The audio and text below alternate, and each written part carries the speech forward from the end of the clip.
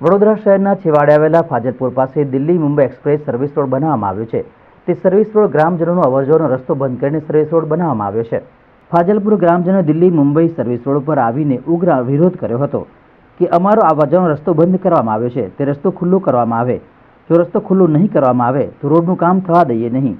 જ્યાં સુધી ગ્રામજનો રસ્તો નહીં મળે ત્યાં સુધી કામ ચાલુ નહીં કરવા દઈએ. અને રોડ ખાતાવાળા પણ કહ્યું હતું કે તમને એક આવવા જવા માટે રસ્તો બનાવી આપવામાં આવશે તેમ કહેવામાં આવ્યું હતું. અને ધારાસભ્યશ્રીને રજૂઆત કરેલી છે અને અમને આઈઆરબી વાળા જે તે અમને આશ્વાસન આપેલું છે કે તમને નાડું બનાવવામાં આવશે, બનાવી આપશે ભવિષ્યમાં એમ. અને એ પ્રમાણે અમે રાહ જોઈને બેઠેલા, પણ એમાં 2 દિવસ પહેલાં બી અમે અટકાવ્યું હતું, કામ ચાલુ કર્યું હતું, અટકાવ્યું છે.